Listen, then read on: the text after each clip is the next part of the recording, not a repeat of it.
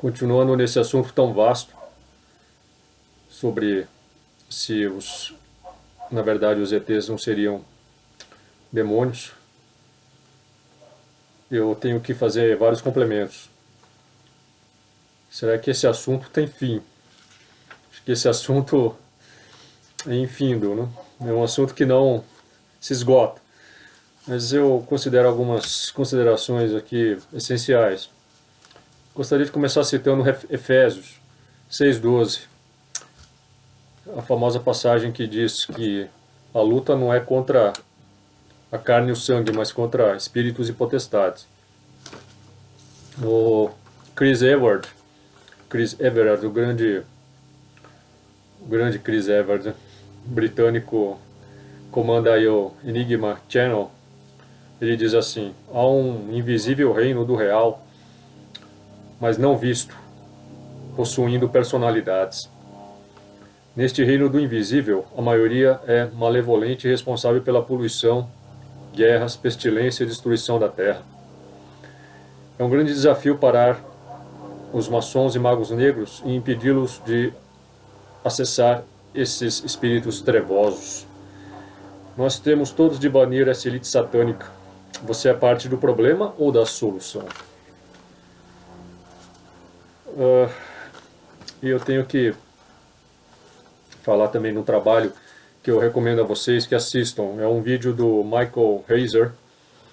O Michael Heiser é muito conhecido, né? Ele é estudioso bíblico, ele é teólogo, ele estuda principalmente a natureza do reino espiritual na Bíblia. É um grande especialista, acho que o maior especialista nessa área. E ele é especialista nessa área de conselho divino, hierarquias da ordem espiritual, e,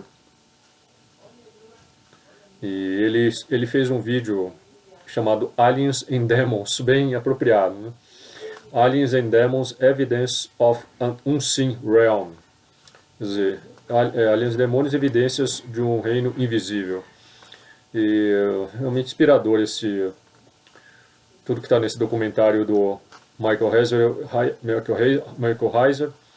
Eu recomendo enormemente, só procurarem aí no YouTube que vocês encontram. E apenas para complementar, para lembrar que o Hitler ele tentou combinar sofisticadas tecnologias high-tech, ciência militar, com magia negra oculta. No mundo de alto nível de poder, há uma fraternidade de praticantes do oculto que deliberadamente invocam demônios em troca de vasto poder político, saúde e prestígio. Essa corrupta oligarquia de governantes sob a ordem dessas entidades demoníacas hiperdimensionais trabalham e criam as leis para avançar a agenda anti-humana. Isso significa que se as massas não aderissem, essa cabala não prosseguiria com sua agenda. Você pode ignorar a realidade, mas você não pode ignorar as consequências de ignorar a realidade, coisa que toda a população tem feito, ignorado essa tenebrosa realidade. E as pessoas têm que se dar conta, né? Tem que se dar conta que essa força misteriosa que nos envolve a todos, né? Que cada um dá um nome a essa força. Acho que qualquer pessoa, por mais cética que seja, até dizem aí que os ateus, no fundo, são os mais crentes. Eu acho, sabe? Que muitos desses materialistas, ateus, ditos ateus, céticos, materialistas, eles talvez sejam, no fundo, os maiores crentes, né? Até porque se eles creem na descrença, é porque realmente eles têm uma fé enorme. Pense bem comigo. Mas eu sempre me dei muito bem com muitos desses céticos, até fui cético. Eu gosto desses rótulos, acho bobagem, porque eu posso escrever amanhã uma matéria qualquer, né, esclarecendo algum assunto e tal, e posso parecer cético. Eu escrevi muitas matérias assim e fui taxado de cético, fui assim até xingado, fui duramente rotulado e defenestrado como cético, né? E assim, já tive muito contato com céticos, já troquei muitas ideias, e nunca briguei, assim, que eu me lembro, né? Tive bons relacionamentos e teria até hoje, assim, né? e fiz muitas boas amizades aí no meio, tenho, né, poderia chamar de céticos, culturalistas, né, assim, mas assim, também não acredito que uma pessoa seja 100% cética, né, sabe, estava vendo essas discussões aí ateísticas do Dawkins, desse pessoal todo aí, e, e eles estavam até discutindo assim, né, existe um ateu 100% ateu? Não existe. Né? Isso é sempre em graus, assim, né? Aí as perguntas de você, quantos graus você é ateu? Ninguém diz 100%. Acho que nem o Dawkins. Então não existe isso. Eu sou cético, 100% cético, você não acredita em nada. Né? Se você não acredita em nada, você não pode ir nem na feira, porque como é que você vai acreditar no cara lá que está te vendendo um tomate? Né? Tá te vendendo uma alface?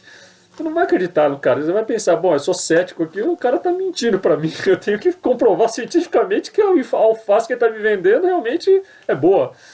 Né? Mas a gente, quer dizer, eu só tô brincando, é brincadeira, né?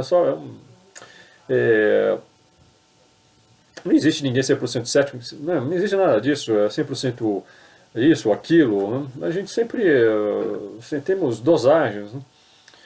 Certas dosagens. Então, assim, eu acho que muitos ateus, por exemplo, nem são ateus propriamente, né? Talvez seria melhor se chamássemos de agnósticos. Eu acho que a maioria é agnóstica, no fundo, né? Porque, assim, no fundo, você dá um crédito. Você também está à procura de resposta. Eu fui muito tempo me definir como agnóstico, sinceramente. Eu falava assim, o que você é? Eu falava, eu sou agnóstico, até para não me encher o meu saco. Certo? Eu falava que era agnóstico, assim, que estava, né, procurando a verdade como todo mundo, certo? Não descarto nada, né? Assim, certo? Mas assim, então, por exemplo, também eu acho que ninguém é 100% cristão, né? Mas, eu sou católico, cristão. Você é 100%? Não. Duvido. Será que o cara é 100%? Certo? Se ele for 100% católico, ele vai ter que seguir todas as recomendações que Cristo mandou a fazer. Né? Ninguém faz, né? Então não é por 100%, não é. Certo? Todo mundo, aliás, segue a Bíblia à la carte, né? É à la carte, quer dizer, o cara segue assim, só aquilo que ele acha que certo, que ele consegue ou que ele acha que deve seguir, que ele acha correto, sei lá. Né? Ninguém segue 100%, né? Então, é, assim como também ninguém é cético, né? Tive aí bons colegas e até hoje tenho e respeito muito eles e tem muitos estudos que eles fazem que são muito bons, são excelentes, né? Ah, vocês querem que eu cite aí? É, eu tive aí boas relações aí com o Kentaro Mori, né? Tive com tenho até hoje, com o Roberto Banches, o Agostinelli, o Alexandre Agostinelli, né? Só para citar esses aí, né? Então, assim, né? Tem certas discordâncias, mas sem problema, né? E assim, quem é que é 100%? Será que é 100% ateu mesmo, né? Olha, eu nunca conheci os, né? 100%.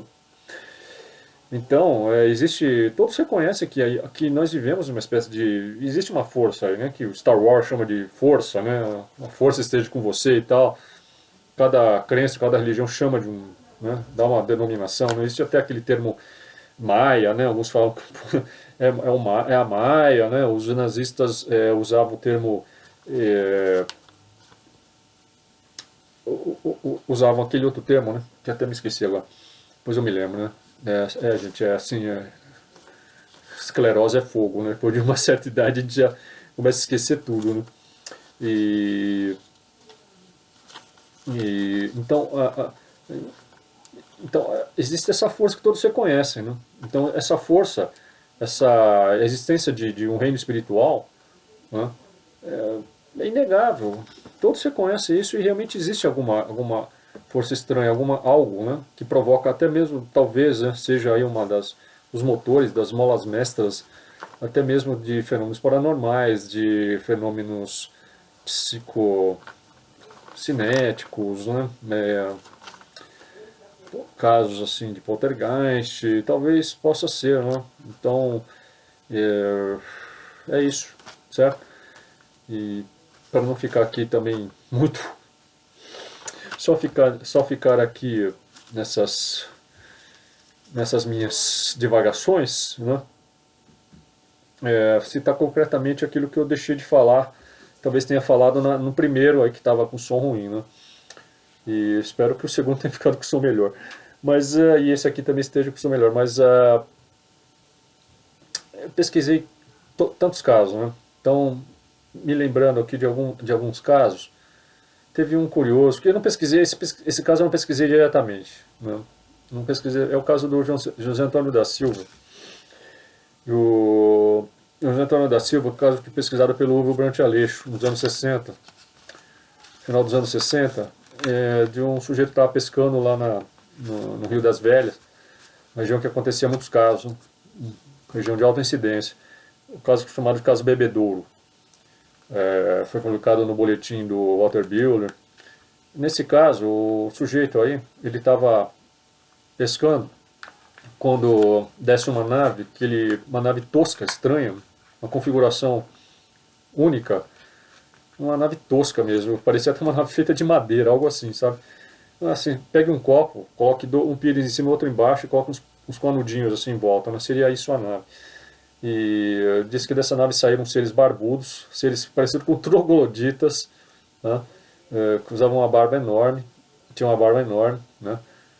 Não querendo aqui também relacioná-lo a outros personagens barbudos, mas aí ele falou que esses seres se aproximaram dele lá e estava pescando e o capturaram também, assim, de maneira bem tosca, agressiva, levaram ele para a nave arrastando e lá dentro prenderam com correntes e essa nave, em vez de ir para o espaço, ele disse que essa nave desceu para baixo. Foi uma viagem subterrânea, para o centro da Terra, né? Ficaram ali durante vários minutos viajando, sacolejando. Quando chegam lá, chegam num local que parecia mais uma caverna gigante, uma caverna só com as paredes lisas, né? Quando chega ali, os seres mostram para ele objetos que estavam ali. Ele disse que até tinha parecido um carro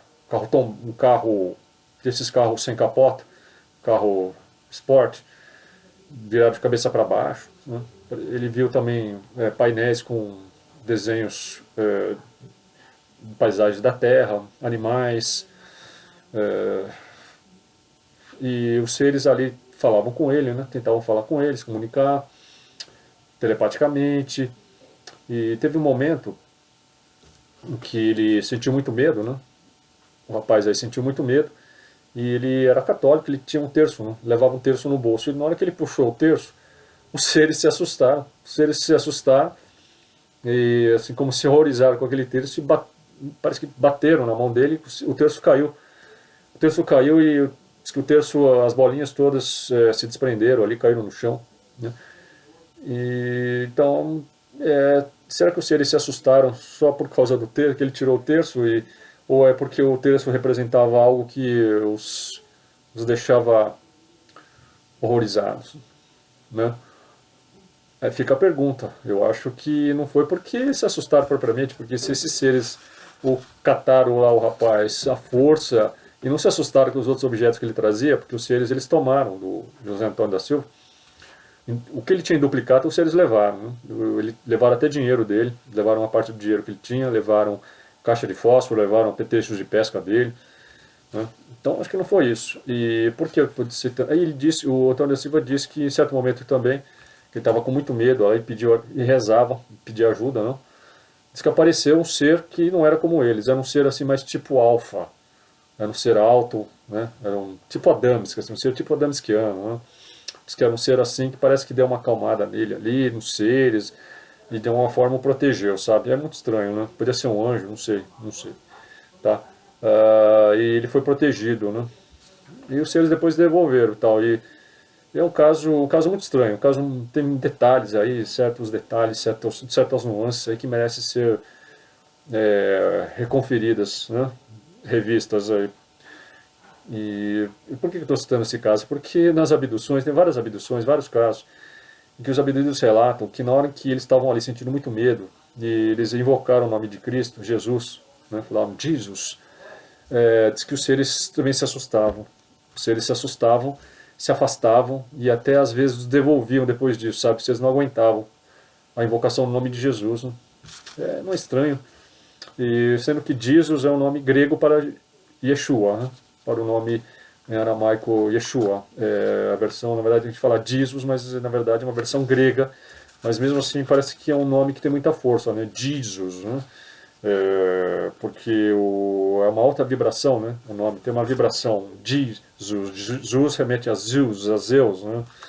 Então, os seres não suportam, não suportam a invocação no nome de Jesus. Por que será, né? Então, vamos refletir a respeito disso também, né? Como eu já havia falado, em vários casos, os seres, os abduzidos, chegaram mesmo a ter a sensação de que não eram seres extraterrestres, eram seres demoníacos. Né? Até diziam isso, são seres demoníacos. Né? E em vários casos que eu pesquisei também, as pessoas, pelas descrições, ainda que não os identificasse como provavelmente demônios, mas por todas as descrições remetiam a seres que estavam muito mais para seres trevosos. Né? E precisamos aqui falar aí de da atividade desses seres que mais lembram atividades demoníacas. Né? E, de novo, para esclarecer, talvez não fossem essas entidades que praticam essas abduções, talvez não fossem os próprios demônios per si, né? Talvez fossem apenas enviados. Né? Então eles se materializariam nessa realidade nossa, mas apenas como uma espécie de autômatos enviados, né? desses seres aí. Seriam seres que estariam programados para retirar sangue, pedaços de órgãos, né, amostras de órgãos. Principalmente, reparem que eles levam muito óvulos, né, de mulheres, esperma, ova. Né, é uma coisa assim de abismar, né? Leva até fetos. De abismar realmente, coisa que não condiz, né? Algo que não condiz com o comportamento que fôssemos esperar de seres propriamente extraterrestres. Concordam comigo? Não faz sentido, não tem mínima lógica. Né? E talvez alguns até chegaram a especular que fossem viajantes do tempo também. Existem essas teorias, como existem ainda muitas outras. Né? Mas se você for analisar bem, né, toda a casuística, tudo mais se encaixa com a tipologia de seres que estão mais para seres demoníacos. Né? E eu acho que eu vim mais hoje aqui, apenas para fazer esses complementos. Esse vídeo vai ser curto, então, graças a Deus, né, a gente tá louco. Depois a gente passa para outros temas aí um pouco mais leves, né? Espero, né? Se é que existe tema leve na ufologia ou em outras áreas, né? Pois é, gente, é tudo muito pesado. Né? Então esses seres podem ser de golems também, né? Acabei de falar dos golems, né? Que são criaturas da Cabala. Existem até instruções para na Cabala como se fabrica esses golems. Né? Golems que são seres assim como se fossem seres criados, né? Uma segunda criação, né? Não por Deus, mas por homens. E seria assim uma espécie de prelúdio do Frankenstein, certo? Que o golem é criado a partir de criaturas mortas. Né? Você junta partes de criaturas mortas ou assim, né? Faz um ato semelhante ao de Deus, né? Faz tipo um boneco. Né? Você faz um boneco ali, uma escultura, e tenta dar vida a essa escultura, certo? Isso está muito claro no livro do Gustavo Meirink, né? Acho que é o livro mais clássico a respeito aí, o chamado Golem, Der Golem. E você vê que esse aspecto do Golem, como ele já está na nossa realidade completamente materializado, né? Na inteligência artificial. A inteligência artificial nada mais é do que um Golem, quer dizer, você criar um ser. Quando você cria inteligência artificial, você está criando uma consciência, correto? Vocês concordam comigo? Vai haver até alguma discussão agora aí se a inteligência artificial, se essa tecnologia, né, dotada de alma ou não. Vai haver uma discussão dessa espírito ou algo assim, porque quando você cria uma consciência, né, você está criando um ser, né, e um ser dotado de alma, ou não. Aquela famosa frase do Descartes, né, penso logo existo. Né? Então vejam uma inteligência artificial aí que passa a existir. Nesse caso criado por nós, né, criado por nossa magia ocultista disfarçada em tecnologia, né, que na verdade nessa tecnologia nós é do que uma magia ocultista disfarçada, né, com técnicas chamamos de científicas, mas que no fundo são técnicas, são tudo aquilo que já estava na Cabala. Se você ler o Kabbalion, por exemplo, está tudo ali, né, tá tudo escrito ali, o que é física quântica, o que é física mecânica relativa, está tudo ali, está tudo no Kabbalion. No Kabbalion está a antecipação da física relativística, da física mecanicista, né, para começar, do primeiro, né, do Newton, mecanicista, está a descrição da física relativística do Einstein, está a descrição da física quântica do Heisenberg. Né? Então está tudo ali. Né? E ainda mais além ainda. Né? Ainda mais além. Se a pessoa ali lê o Kybalion e lá percebe. Né? Diz que foi escrito pelo Hermes Trismegisto, mas ninguém sabe exatamente quem escreveu. Né? E o Kybalion aí que foi estudado por todos os físicos, é leitura obrigatória para todos os físicos nucleares, físicos relativísticos, quânticos, né? A leitura obrigatória, e o Einstein, né? Não é à toa que os grandes físicos são judeus. Né? Vocês nunca se perguntaram isso? Por que os grandes físicos são judeus? Oppenheimer, Heisenberg, Einstein, Max Planck, eu não lembro, acho que sim também. Planck, né? Todos os físicos praticamente são judeus, certo? Os que inventaram a bomba atômica, os que... Né, todos. Porque eles eram estudiosos da Cabala judaica. Simples. Né? Então a Cabala judaica, ela provê esse tipo de conhecimento. É algo assim, claro, gente, não se brinca com essas forças. Né? Acabei de falar no começo de forças que nos rodeiam. Né? Que forças são essas? Né? Certamente não são forças cristãs, né? Não são forças vindas do reino, né, cristão, certo? Não se brinca com esse tipo de... Né? E o pior, né? Tudo hoje induz as pessoas a brincarem com isso, a mexerem com essas forças. Vocês veem aí que todos esses artistas pop são estudiosos da Cabala. Né? A Madonna, a Britney Spears, por exemplo, são estudiosas da Cabala. Né? Você viu o que elas andaram fazendo aí, né? As cenas que elas andaram protagonizando junto. Né? Todos os escândalos que a Madonna andou protagonizando, se metendo, aí todas as... Né? A gente sabe muito bem. Então não é à toa, não é por acaso, não, porque estão metidos nisso. E todos aí né? Todos os desenhos animados que você vê hoje, grande parte desses filmes, como Harry Potter, né? Essas pataquadas aí, muitos desenhos animados, você pode ver isso, todos eles, né, são sobre magos, né, magias, feiticeiros, bruxas, né, não falo que são demônios, óbvio, né, mas está na cara, certo? Ficam conjurando espíritos, conjurando criaturas, monstros, né, demônios, né, ficam conjurando, né, seriados aí, né, abrem portais interdimensionais. Não estou querendo dizer algo, será que não estou querendo dizer nada? Ou também estão querendo ao mesmo tempo induzir aí as pessoas a se contaminarem, a passarem a praticar tais, como se fossem, né? Porque como quem assistiu Harry Potter acha que aquilo tudo é algo assim magnífico, né?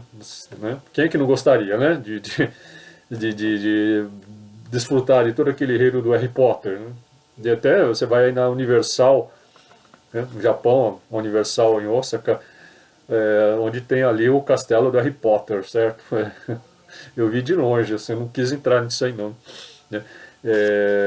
Então, e é toda uma simulação ali, parece que está no reino do Harry Potter mesmo.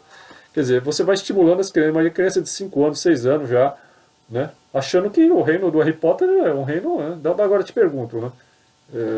Alguém informa essas crianças de onde é que vem essas forças, com que forças estão lidando. Quando você conjura forças mágicas, né, ocultas, de onde é que vem essas forças? Será que alguém está informando essas crianças a respeito? E depois que elas se metem com isso, né, elas ficam totalmente abertas à possessão demoníaca, por exemplo. Né? Então basta uma pessoa brincar com a tábua de Ouija para ela ser possessa por demônios. Lembra o filme Exorcista, do William Peter Blake? Você lembra? Né? Eu lembro como é que a Linda Blair, né? Como é que a Linda Blair ela ficou possessa no filme. Se vocês não lembram, assistam o filme de novo, será que vocês conseguem ver o filme? É assustador, né? Deixa de dormir. Eu lembro que quando assisti esse filme pela primeira vez, gente, eu passei uma semana sem conseguir ver à noite, eu senti um pavor, eu via, parecia que estava vendo aquela menina lá. Eu olhava assim, olhava pro quarto escuro, parecia que eu estava vendo aquela menina, um negócio assim terrível, né? Claro, como você é bobo, é verdade, sou meio bobo mesmo, tá louco. Então, a Linda Blair, nesse filme, ela se tornou possessa porque ela brincou com a tábua de Ouija, só por causa disso. E é verdade isso, não é brincadeira. Tem gente que fica brincando, né? Não tem essas vai lá na casa de alguém, vamos brincar de tábua de Ouija, isso não é brincadeira, viu? Quem que se mete com isso aí fica possesso. Certo? Eu já fui em sessões de exorcismo, sessões verdadeiras, né? Braba de exorcismo, já assisti, né? Sessões de exorcismo, e não é brincadeira, não. Eu vi ali manifestações que eu não tenho como explicar, eu não sei com a presença, que aquilo ali é presença de demônio. Eu já contei pra vocês aí que eu vi uma mulher girando no ar. Poxa, eu tivesse filmado, gente, isso aí, gente. Nossa senhora, que estava proibido, eles não deixaram filmar, não deixavam filmar ali. Né? Uma pessoa até tentou filmar a sessão e foi proibida, né? E foi repreendida ali. Né? E eu não pude gravar nada, mas eu presenciei, é engraçado que a gente, né? Puxa vida, justo quando não está gravando que acontece isso. Né? E eu vi essa cena da mulher girando no ar, né? Ela começou a se manifestar ali, né? Começou a manifestar e aí eu vi o corpo dela girar 3 vezes assim, deu uma volta em torno de si mesma assim no ar, 3 vezes. E ela saiu voando o corpo dela, gente. Ó, isso aí é impossível, impossível, não impossível, impossível acontecer assim naturalmente, espontaneamente. Não tem nenhuma explicação física para isso, né? Nada. Nem se a mulher fosse uma atleta olímpica, ela conseguiria fazer aquilo. E o corpo dela saiu voando e foi bater umas cadeiras que tinham no fundo, ali do salão, estava sendo feito exorcismo. Foi bater ali no fundo, né? Se esborrachou. Eu pensei, a mulher quebrou, quebrou as costelas todas ali. Não, a mulher saiu, não aconteceu nada. É impressionante, gente. Como é que você explicou isso? Entende? Aí eu fui conversar com a mulher depois. Aí a mulher me falou assim: olha, eu tenho vindo aqui já. E não era a primeira vez que ela estava ali, porque ela é uma frequentadora habitual. Ela me falou que estava tendo que se submeter a toda aquela sessão de exorcismo, porque eram muitos demônios que estavam no corpo dela, porque ela se meteu, né, com umbanda, com magia negra, se meteu com isso e ficou altamente possessa. Né? Você vê como que são as coisas? Aí vocês leem aí o Gabriele e a Morte, os livros do Gabriele e a Morte, que foi o maior exorcista do Vaticano, né, nos últimos 100 anos, provavelmente, escreveu vários livros, eu li vários livros do Gabriel Amorte. Leiam os livros dele. Né? Por que os ufólogos não leem os livros do Gabriel Amorte? Por que os ufólogos não leem os tratados do Santo Ofício? Por que os ufólogos não leem aí todos os relatos da Santa Inquisição? Por que os ufólogos não leem os relatos de aparições de demônios ao longo da história? São idênticos idênticos aos relatos ufológicos. Não tem nada, não tem o que tirar nem pôr. Idênticos. Sabe? E tudo que você vê aí acontecendo em termos de abduções é a repetição do que acontecia com os contatos com os demônios na Idade Média, na Idade Moderna, também igualzinho, igualzinho. Não tem diferença nenhuma praticamente. Você só muda ali a nomenclatura, claro. Né? Os termos, assim, né? As palavras, a maneira como eles são descritos, né? Você muda aí de Gray, né? Hoje a gente usa esses termos bonitinhos, certo? Gray, ABS, né? Disco voador, sabe? Que mais aí, né? Você usa esses vários termos aí, né? Mas todos esses termos aí haviam correlatos no passado. Tudo correlato. Então, convido aí, né? Aos que ainda insistem apenas em ficar lendo livros de Heineck, essa literatura aí, né? Livros de autores que só ficam ainda insistindo na teoria extraterrestre, né? Que leiam também esses livros, né? E que vão verificar que a ufologia vai muito mais além, que todos esses relatos vão muito mais além, estão todos interligados com o reino aí do desconhecido, né? Reino desconhecido esse que foi acessado aí por vários, né? Como Hitler, como Jack Parsons, como Aleister Crowley, como John Dee, como tantos outros, certo? Que acessaram esse reino trevoso, infelizmente, né? Que o melhor seria acessar o reino espiritual, né? Beatífico, certo? Mas acho que muitos não estão interessados em acessar esses reinos porque eles não lhes trazem poder, não lhes trazem dinheiro, não lhes trazem o conhecimento que eles querem, né? E exige geralmente mais, que se exige mais ali sabe, pedidos assim como remissão dos pecados e por aí vai. Então as pessoas preferem invocar tais deidades que verifique que são invocadas já desde a antiguidade, oferecer o sacrifício às deidades, né? Essas deidades em troca dão poder e o mundo, por conseguinte, vai se tornando cada vez né? Sempre o mundo sempre foi ruim, né? Sabe? Não adianta dizer aqui que o mundo foi bom, já o mundo sempre foi essa droga, né? Sempre foi assassinato, mortes, né? Corrupção. A Bíblia mesmo não começa ali com a queda de Adão e Eva, né? É uma metáfora, lógico. Muita gente, né? Então, vamos falar que isso é uma metáfora. Já começa com a queda do homem pela própria desobediência e corrupção, depois é, já vem ali a morte, o assassinato de Caim, né? Caim já mata Abel, né? Aí você tem aí toda aquela, né? Em seguida começam a se erguer civilizações, todas baseadas ali em prostituição, em guerras, em massacres, por aí vai. Sempre, quer dizer, é como se o ser humano já nascesse corrupto, né? Degradado. Né? Ou pode ser, como muitos querem também, uma espécie de metáfora, isso tudo, a queda das civilizações. Quando a gente interpreta isso assim como, na verdade, como fosse assim, existiu no passado uma idade do ouro, né? Um reino perfeito, quase que perfeito, não perfeito, né? Mas um reino assim um tanto utópico, que tudo ia muito bem, que tudo funcionava, tudo era maravilhoso, né?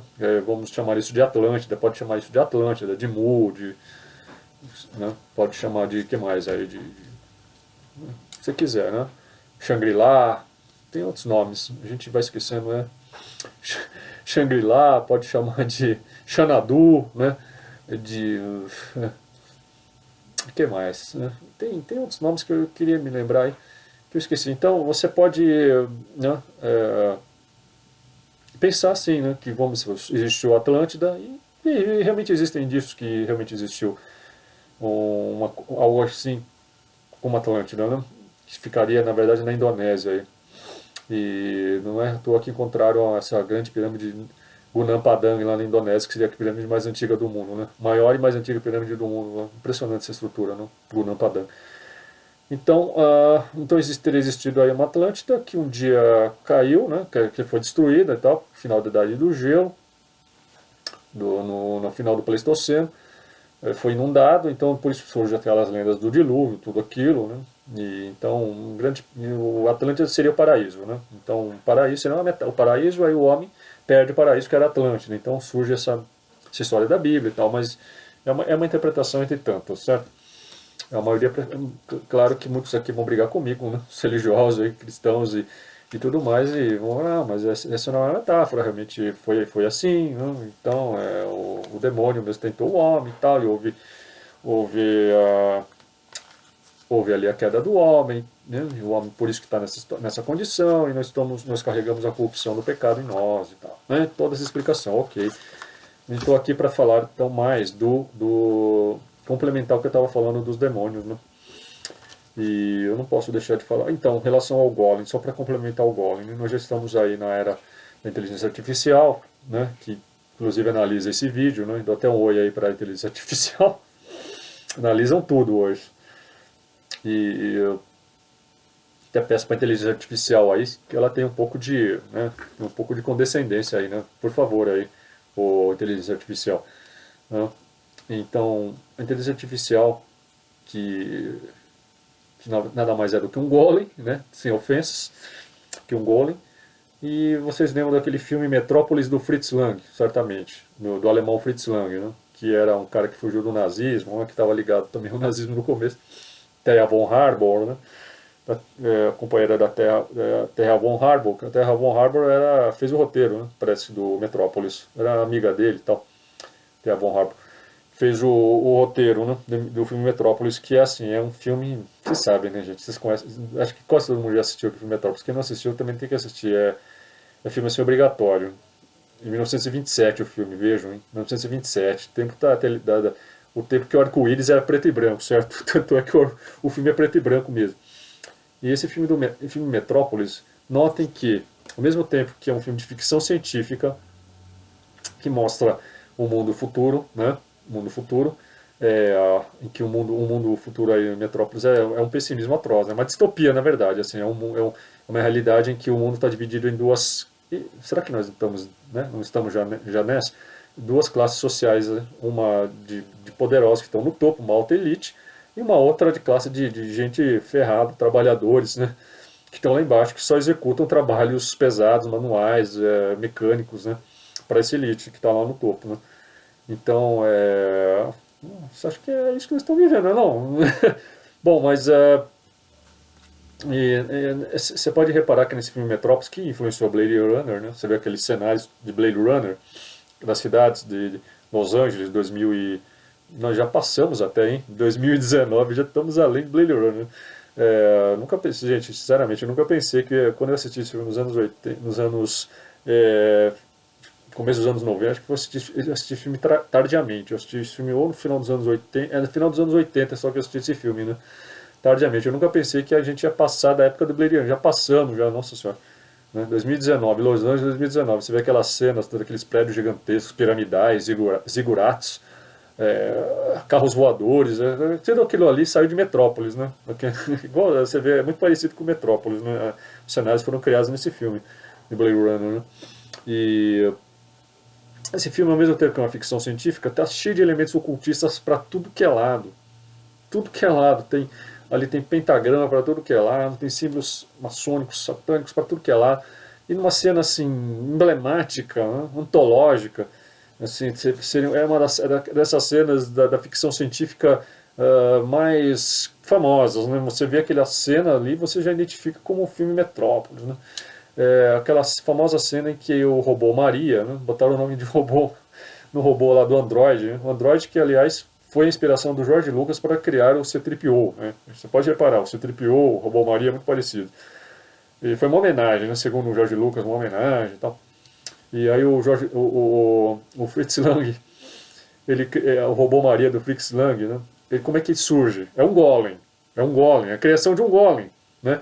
O robô Maria tá ali, né, tá ali numa cadeira.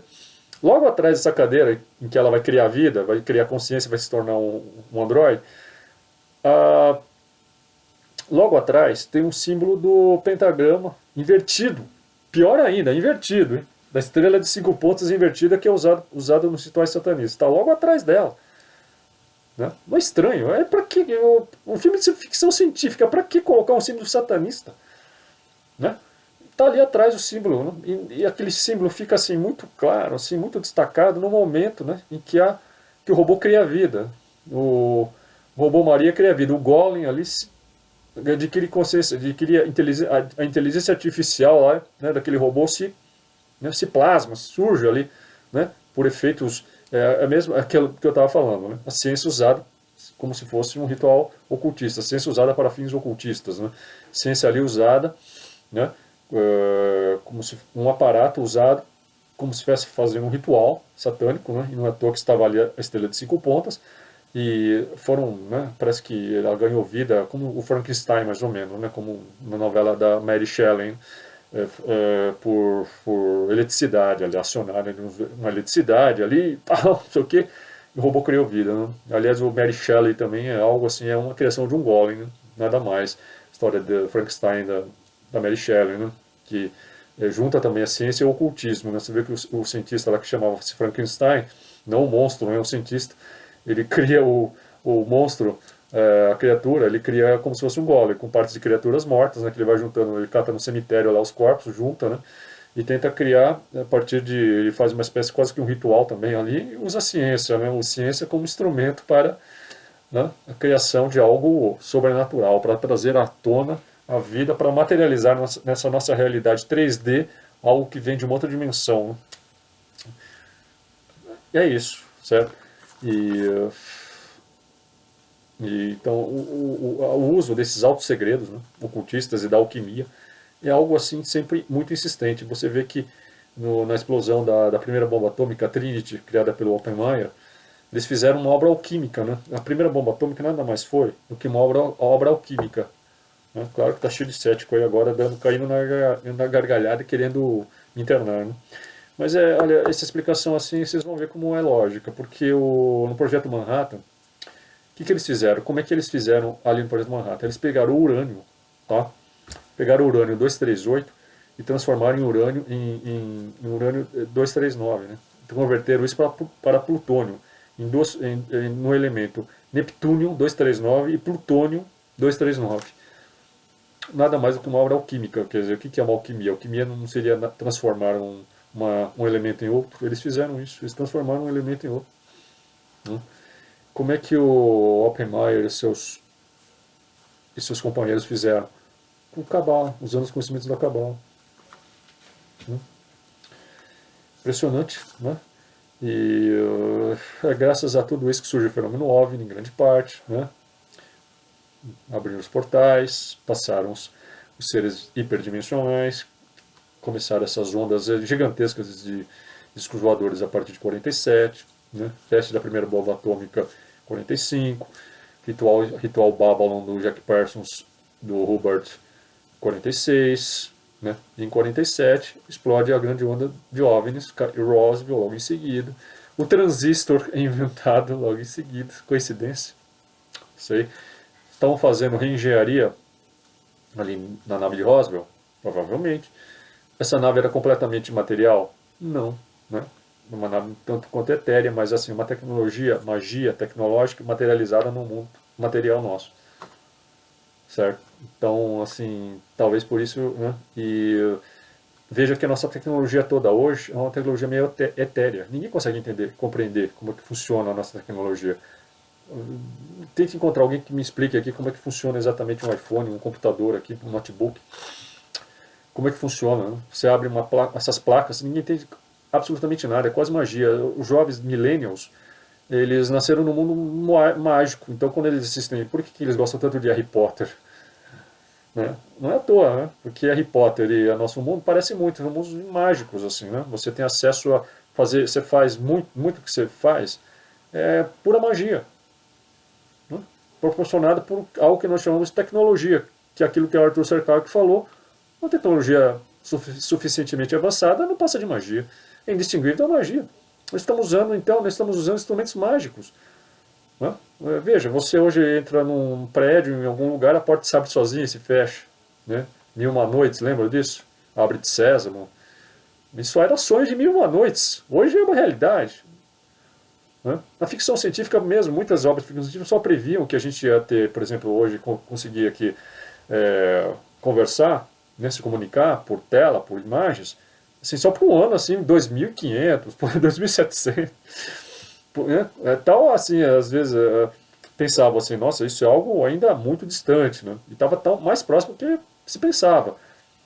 Né? Então nós hoje temos toda essa tecnologia hoje que é mágica, né? Praticamente. Você transmitir imagens em tempo real, se comunicar com qualquer pessoa num lugar do mundo em tempo real, né? Uma tecnologia mágica. E os jovens que nasceram no meio disso, eles acho que eles pensam, eles se imaginam, né? Porque quem é que hoje consegue entender, né? Como disse o Joseph Campbell, você abre um computador, né?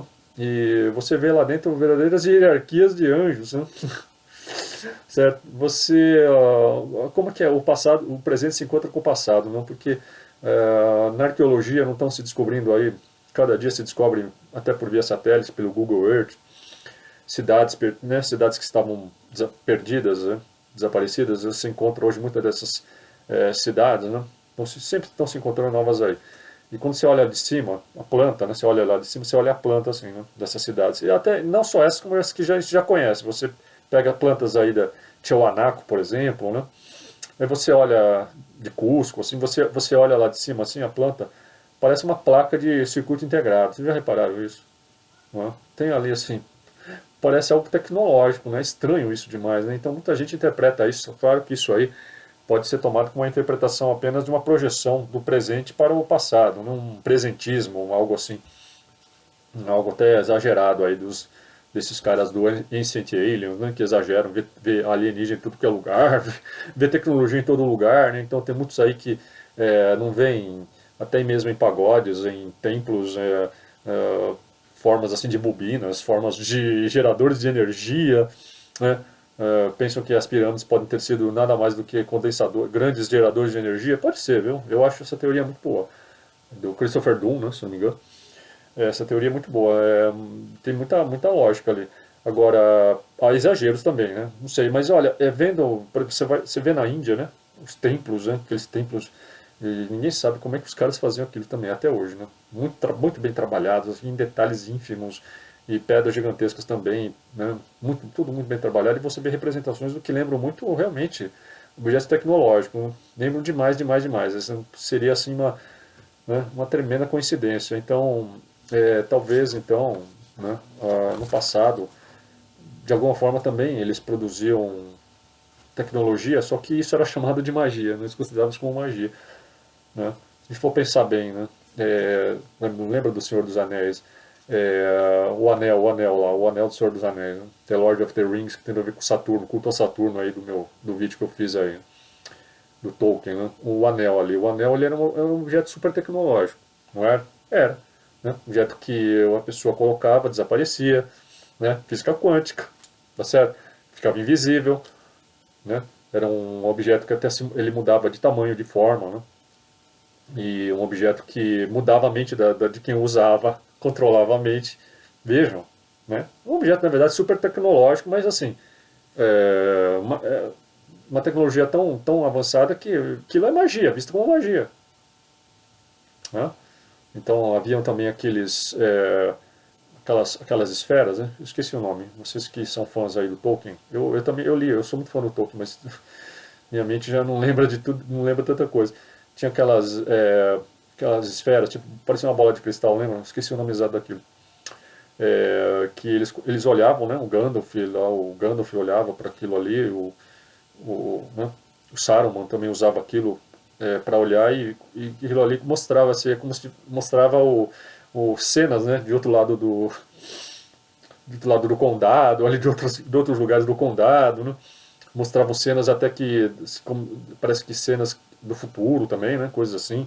O que aquelas esferas? Eram, né? Telas, né? Telas aí, projetivas, algo assim, né? Então, só que aquilo, magia, magia, tecnologia, né? Que é o bastão lá, o do Gandalf também, né? Aquele bastão mágico ali, entre aspas, não um bastão, né? Mas um objeto tecnológico, né? Até acendia, lembra que acendia? Assim, tinha um cristal na ponta que acendia, né? Certo. Então, e aí você vê que no passado o próprio Fawcett não falou que chegou a ver, quando ele estava explorando as cidades perdidas na América do Sul, ele viu as casas com umas luzes que não se apagavam, luzes eternas. Ele relatou isso, né? Está no livro A Expedição Fawcett, que foi compilada pelo filho dele, o Brian Fawcett. Assim como o Brian Fawcett falou também de que tinha um líquido, né? Que o Fawcett encontrou um líquido ali que derretia pedra, né? Que é extraída de uma planta e quando o líquido caiu em cima de uma pedra, a pedra se derreteu. Né? Quer dizer, no passado havia um domínio de uma tecnologia que nós desconhecemos, que nós perdemos. Tecnologia essa para cortar pedras, para transportar enormes blocos, né? Para encaixá-los de maneira milimétrica e exata, para todo o segredo daquelas construções que seguiam padrões astronômicos exatos, matemáticos astronômicos exatos, assim, uma precisão computacional. Né? Eram verdadeiros computadores, na verdade, computadores analógicos, né? Guardaram todos esses dados e chegaram a nós. E então, só que tudo isso aí, de certa forma, assim, foi confundido com a mitologia desses povos, né, com a religião, né, tudo considerado como adoração religiosa. E quanto disso, na verdade, era tecnologia disfarçada. Só que assim, o nome tecnologia também, ele é um nome assim, é um nome ideal, não, né? Nome improvisado, vem de técnica, né? Tecnologia de técnica. Quer dizer, é apenas uma técnica. Técnica, dentro da magia também se aplica a isso, porque você usa técnicas, né? Técnicas mágicas para chegar a um objetivo. Então, se a ciência usa técnicas, ele usa os mesmos procedimentos, só que ele utiliza instrumentos diferentes para isso. Né? Só ele que é a diferença entre ciência e magia. Ambos objetivos têm os mesmos objetivos, as mesmas finalidades. Né? Só que os métodos são que diferem um pouco, apenas isso. Né? Estou fazendo uma digressão muito além do que eu pretendia. Né? Eu queria só apenas complementar, e eu acho que eu não posso deixar de falar aqui mais da Carla Turner, né? Da Carla Turner, PhD, que escreveu Into the Fringe, Taking in Masquerade of Angels.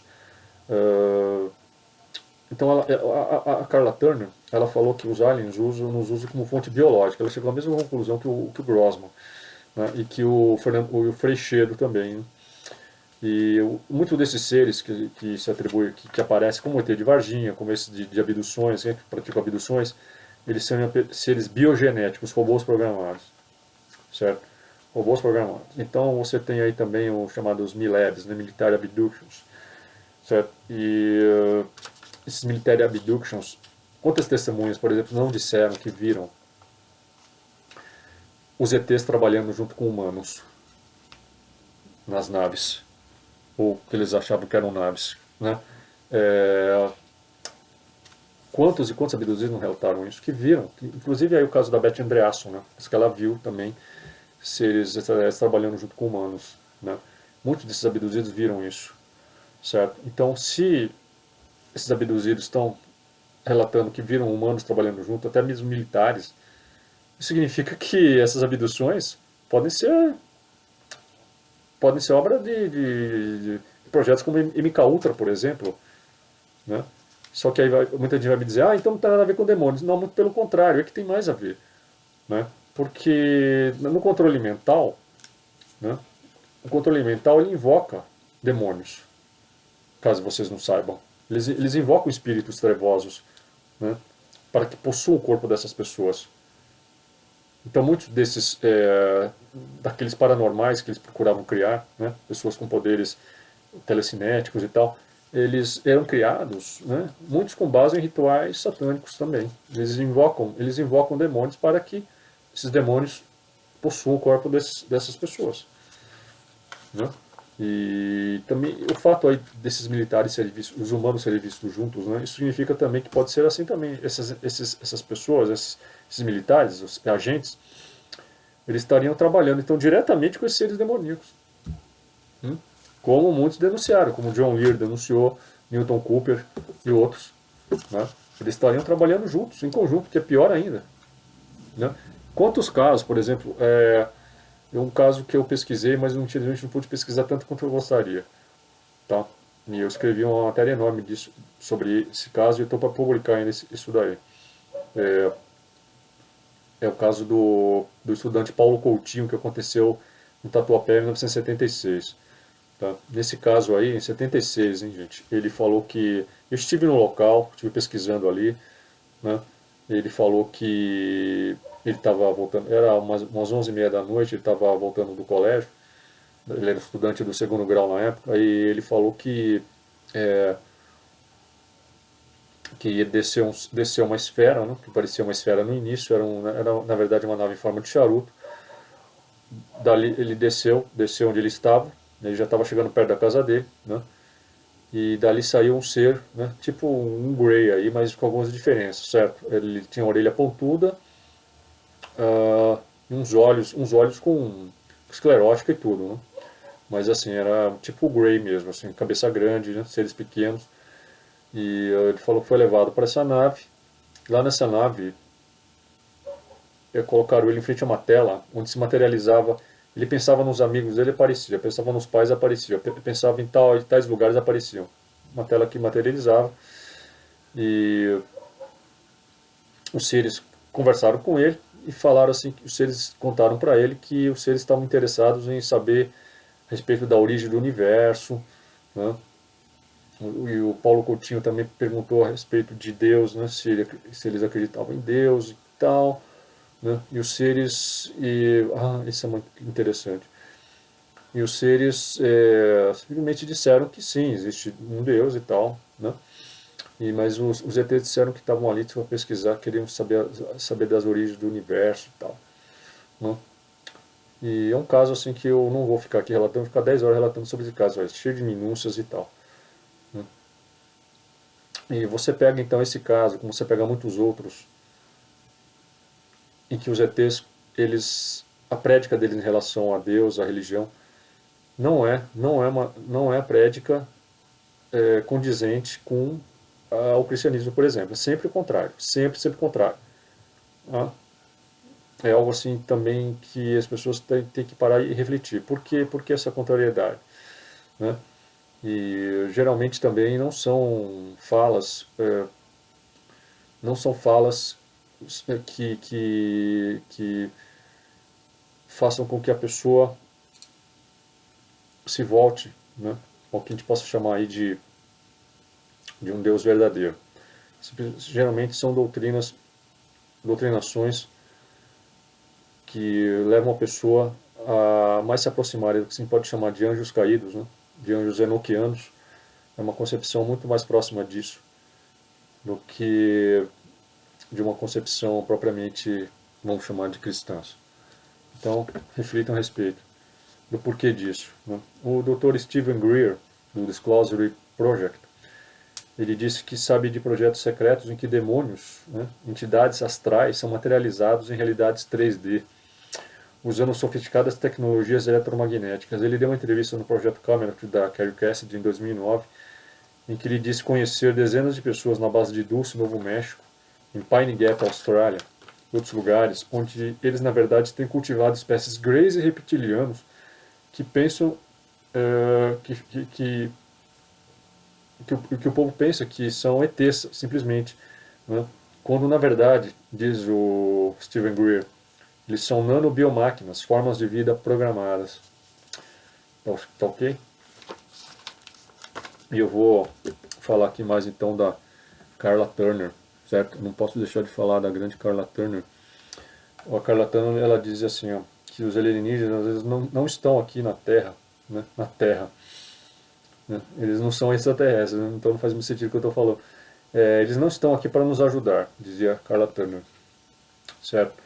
Ela dizia que os alienígenas, né, os abduzidos, já que os abduzidos, por exemplo, eles reportam ter visto outros humanos nessas instalações, né, drenando o seu sangue e sendo mutilados. Né? É exatamente isso, né, sendo mutilados.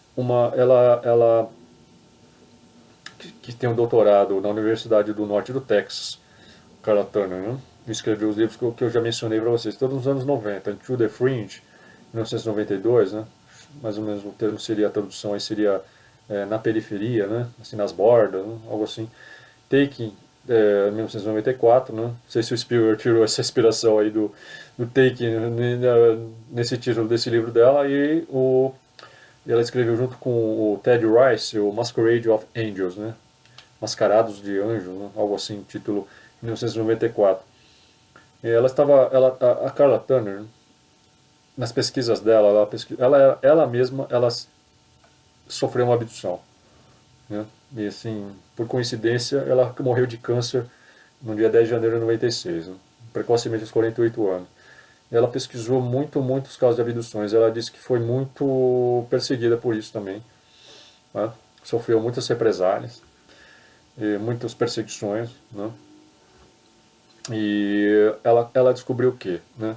Que ela nos usa, né, como recursos, segundo a Carlatana, os ETs, os alienígenas, aí nos usam como recursos, né? Ela diz assim, ó, a evidência mostra que os alienígenas colhem de nós de várias formas, emocionalmente, energeticamente, como também fisicamente, nos exploram, né? Nos exploram energeticamente, emocionalmente, em todos os sentidos. Muita gente vai pensar, mas como assim emocionalmente, né? Por exemplo, eles estimulam por trás dos bastidores, estimulando todas essas desgraças no mundo, né? O medo principalmente, isso gera medo nas pessoas, certo? Medo principalmente. Essa é uma energia que eles adoram, eles sorvem o medo, sorvem o pânico principalmente.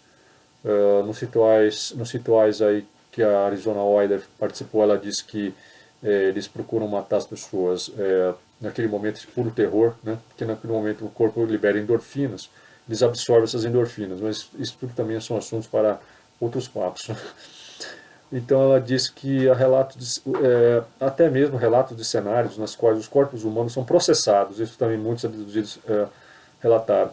E muitos desses relatos vêm de pessoas de famílias, de pessoas não familiarizadas com a questão extraterrestre, com a questão alienígena, né?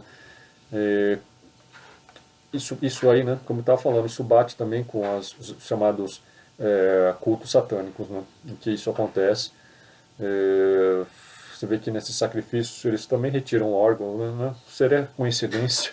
Retiram sangue também, bebem sangue. Né? Bom, Aqui está a parte da lista que ela gerou com base em inúmeros casos, pesquisas e análise de abdução. Em todos os exemplos desta lista, há inúmeros relatos de casos não relacionados, confirmando que tais detalhes bizarros não são produtos de uma única mente.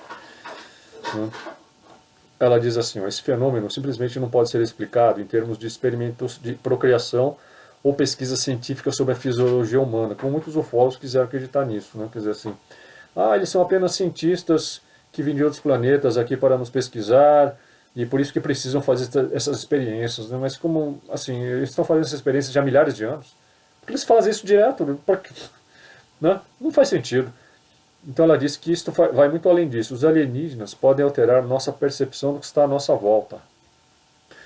Eles podem ter o controle total daquilo que pensamos estar vendo. Eles podem aparecer para nós de formas diferentes. Né? Aquilo que a gente está falando. Os alienígenas podem nos levar nossas consciências para fora de nosso corpo físico, desabilitando o controle sobre o nosso próprio corpo, instalar uma de suas entidades e usar nossos corpos como veículos para suas próprias atividades, além de retornar nossa consciência para os nossos corpos. Eles podem estar presentes em estado invisível e podem se fazer parcialmente visíveis. Eles extraem fluidos corporais de nossos pescoços, espinha, sangue, das veias, das juntas, tais como joelhos e pulso e outros lugares. Eles também injetam fluidos desconhecidos em várias partes dos nossos corpos. Um número surpreendente de abduzidos sofre de doenças sérias que eles não tinham antes de seus encontros. Essas têm levado a cirurgias, debilitações e até mesmo a morte por causas que os médicos não podem identificar. Foi algo mais ou menos que aconteceu com Vilas Boas. Vilas Boas morre muito jovem e a Odércia, a irmã dele, que nos disse que ele começou, depois disso, a saúde dele nunca foi a mesma. Né? Sofreu horrores. Alguns abduzidos passam por uma degeneração do seu bem-estar mental, social e espiritual. Estranhas obsessões se desenvolvem, causam distúrbios da vida normal e a destruição de seus relacionamentos pessoais. Os alienígenas mostram uma grande tendência a infligir dor física nos abduzidos. Né? Essa é uma outra questão. Se eles são seres, como muitos pensam, tão avançados, tão beneméritos, tão cheios de boas intenções, né? Por que eles não teriam uma tecnologia para não provocar a dor nas pessoas? Porque todos os abduzidos dizem que sofrem horrores, dói demais mesmo, eles fazem os procedimentos sem anestesia. Né? Então essa é uma pergunta que eu deixo aqui para muitos, né, que ainda insistem. Porque se eles têm uma tecnologia assim tão avançada, por que eles fazem esses procedimentos de maneira tão tosca? Né? Que lembram mais torturas medievais e não é condizente, por exemplo, com uma tecnologia Star Trek, certo? Mas Star Trek, você vê ali, tudo é feito de maneira indolor, né? O McCoy, lá, o Dr. McCoy e companhia, pegam lá um instrumentozinho assim, só aplica uma luzinha na pessoa, passa se a pessoa já está boa. E até as operações que eles fazem são operações sem corte, não há necessidade de cortar a pessoa, abrir. Isso aí até o McCoy até brincou, ele falou que, nossa, quando ele voltou para 1984 no filme Star Trek Volta para Casa, você lembra desse filme aí? Então o McCoy, eles voltam no tempo, volta para 1984, e quando chegam, nossa época ele está no hospital, ele fica horrorizado, ele fala assim, nossa senhora, isso aqui o que é? Santa Inquisição? Então em Star Trek tudo é uma maravilha, certo? E já que esses seres que vêm de outros planetas, né? Se o ser vem de outro planeta, ele tem uma tecnologia fantástica, né? Ele é capaz de viajar em dobra, provavelmente. Né? Uma tecnologia tão fantástica, ele não teria uma tecnologia também para...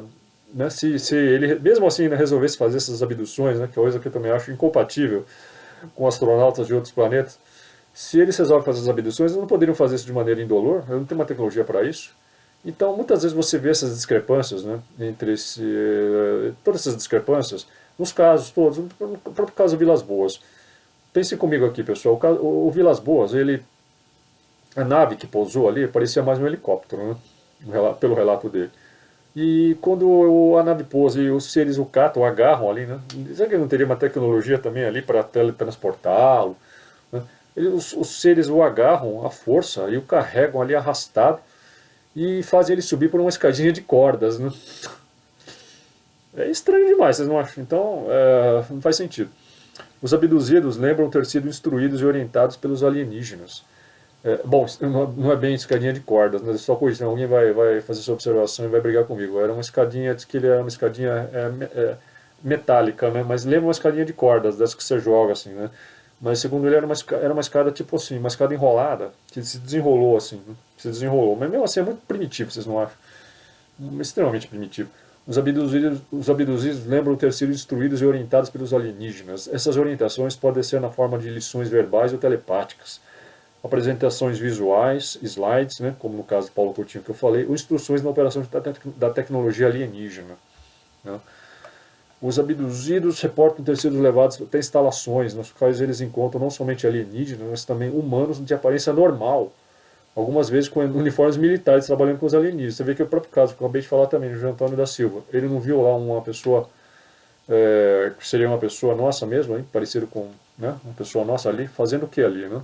Os abduzidos muitas vezes encontram mais de um tipo de alienígenas durante uma experiência, não somente o Grace. Grey, reptiliano, insectoide e loiro, tem sido relatado nas abduções. Exatamente isso. Exatamente. Né?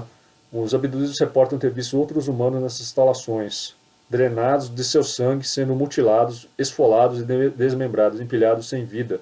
Alguns abduzidos têm sido ameaçados de que eles também irão acabar naquelas condições se não cooperarem com seus captores alienígenas. Vejam vocês, que seres mais legais, né? Bonzinhos. Né?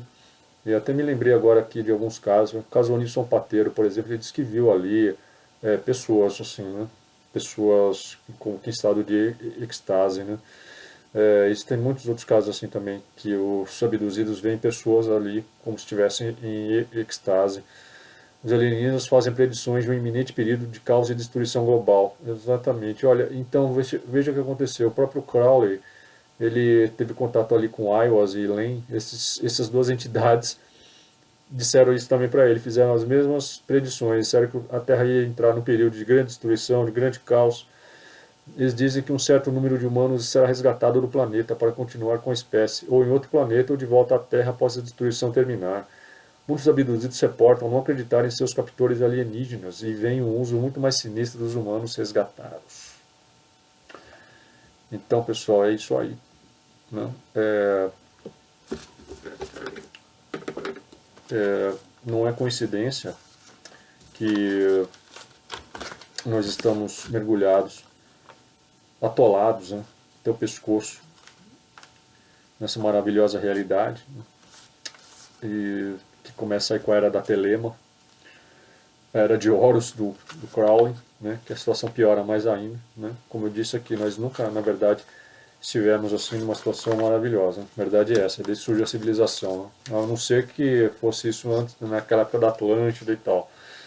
Né. Talvez surgir daí essa ideia da Idade do Ouro. Né.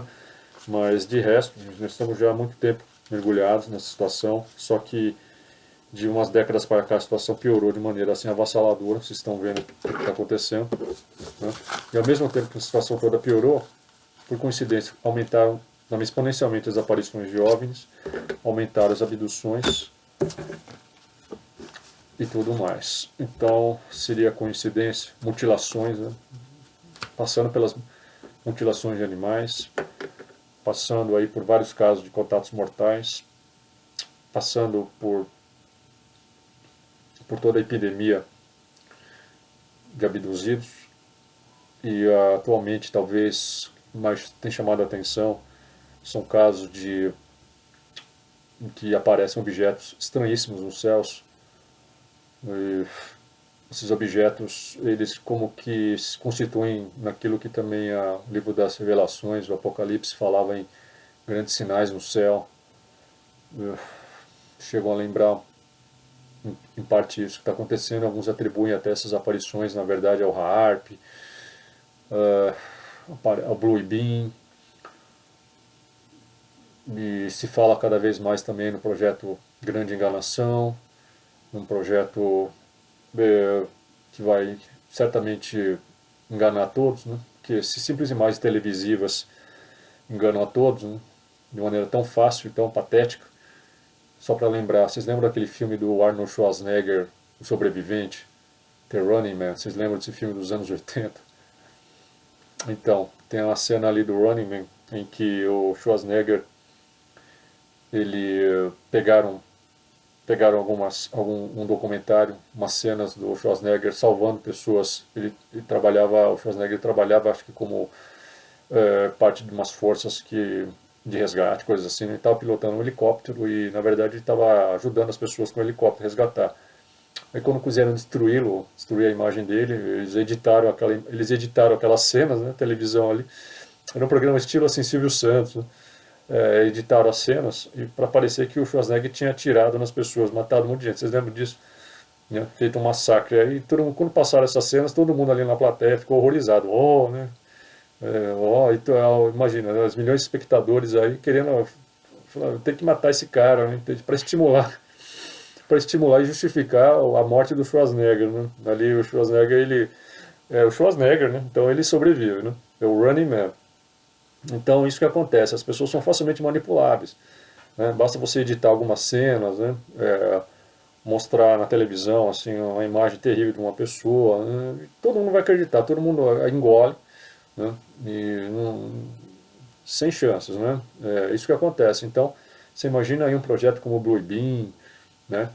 Um projeto aí como essa grande enganação que estão querendo, que estão anunciando, né? Como o Jacques Vallée falou, se essas imagens forem projetadas, né? Como foram projetadas na época da Primeira Guerra Mundial, quando, por exemplo, se usaram ali projeções da Virgem Maria. Vocês sabem disso, que na Primeira Guerra Mundial eles projetavam nos céus, nas nuvens, com holofotes ainda, hein? Com aquela tecnologia da época. Eles projetavam imagens da Virgem Maria no exército inimigo, para levar o exército inimigo a pensar que a Virgem Maria que estava aparecendo realmente no céu, e quando aqueles soldados viam a Virgem Maria, eles paravam de atirar. Paravam de atirar, gente. Você atiraria na Virgem Maria? Não. Você atiraria na imagem de Cristo no céu? Não. Então, eles usavam essas imagens falsas e os soldados engoliam, acreditavam e pararam de atirar e morriam, né? Para se defender e morriam. E na Segunda Guerra Mundial também foram usados estratagemas semelhantes, né? É só lembrar aí daqueles exércitos falsos, né? Das tropas falsas de exército que na Segunda Guerra Mundial eles criaram, né? Para enganar o Hitler, para ele fazer pensar que os aliados tinham muito mais armamentos do que pareciam ter, né?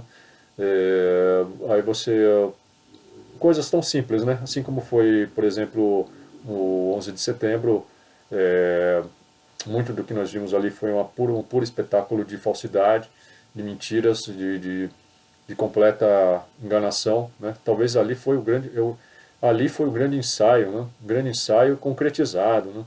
Ali já foi, gente, já foi então a grande enganação, já foi feito ali, né? Porque muito do que nós vimos naquelas imagens, né? Mas totalmente irreais, convenhamos, né? Os prédios desabarem daquela forma, né? Impossível. Todos os técnicos e engenheiros disseram que era impossível. Primeiro que aqueles prédios foram projetados para existir até mesmo impactos de Boeings, né? Então aqueles prédios não cairiam. Os dois prédios, né? Ainda se fosse um ainda ia, hein? Mas os dois prédios, as duas torres caírem como se tivessem sido implodidas, né? E ainda mais o edifício 7, você lembra do edifício 7? Que também logo depois ele desabou como se tivesse sido implodido, assim, ele caiu igual, né, ele caiu retinho, né? Então, tudo que nós vimos ali no 11 de setembro já foi uma espécie de grande enganação, né? Uma grande falsidade ali, que as pessoas engoliram e até hoje acreditam, né? Foram obras de sujeitos ali barbados que estavam escondidos nas cavernas, né? E o próprio Bin Laden lá, depois ele, não, parece que fizeram uma armação ali para parecer que foi ele, né? E ele confessando, como se ele tivesse confessado, e depois, quando ele fez uma declaração ali autêntica, ele disse que não foi, ele nunca disse que tinha sido ele nunca tinha assumido nada, que tinha participado daqueles atentados, que ele estava tranquilamente ali, né, na vida, tocando a vidinha dele, né? É, e ele falou que não tinha nada a ver com isso, e é óbvio que não, né? E depois quiseram pintar ele como um cara que ficava numa caverna comandando, olha, nenhum sujeito escondido numa caverna ia conseguir comandar sabe, comandar um ato assim tão perfeito como foi aquilo, tão sincronizado, né? Aí você vê também que aquele avião que entra dentro do Pentágono, né? Você não vê avião nenhum ali. Diz que o avião ele desceu assim, a uma altura de 1 metro do solo e foi ali quase que deslizando a 1 metro do solo e bateu no Pentágono. Você vê as fotos todas ali, o que, que você vê ali? Você vê simplesmente um rombo no Pentágono em que não entraria nem metade de um Boeing ali, de um avião ali. Né? Um buraquinho pequeno, se um Boeing tivesse batido ali, ele abriu um rombo muito maior. Né? E não encontraram nenhum pedaço do avião. Depois eles plantaram os pedaços lá, disseram que era o Boeing. E no 11 de setembro, lá, né, os aviões batem de uma maneira exata no alvo, todos os pilotos mais experimentados disseram que era impossível, impossível os aviões baterem nos prédios. Nenhum piloto, nem o mais experimentado, conseguiria acertar da forma que eles acertaram os prédios. Né? E eles acertaram, não só acertaram os prédios, como eles acertaram no local exato. Eles que eram pilotos amadores, né? Acertaram no local, num ponto exato que fez com que os prédios, né, que o combustível, disse que fosse combustível, olha aqui, isso é da risada. O combustível dos aviões é que entrou lá dentro das estruturas e incendiou todo o prédio. Os prédios caíram daquela forma como se tivessem sido implodidos. Né? Inclusive encontraram termite, vocês sabem disso, encontraram termite depois. Né? É, encontraram termite, encontraram. Tem cenas, né? Várias cenas filmadas ali, fotografadas, que mostram, por exemplo, o metal derretido, né? O aço, a estrutura do aço derretendo ali, correndo como se fosse metal derretido no chão.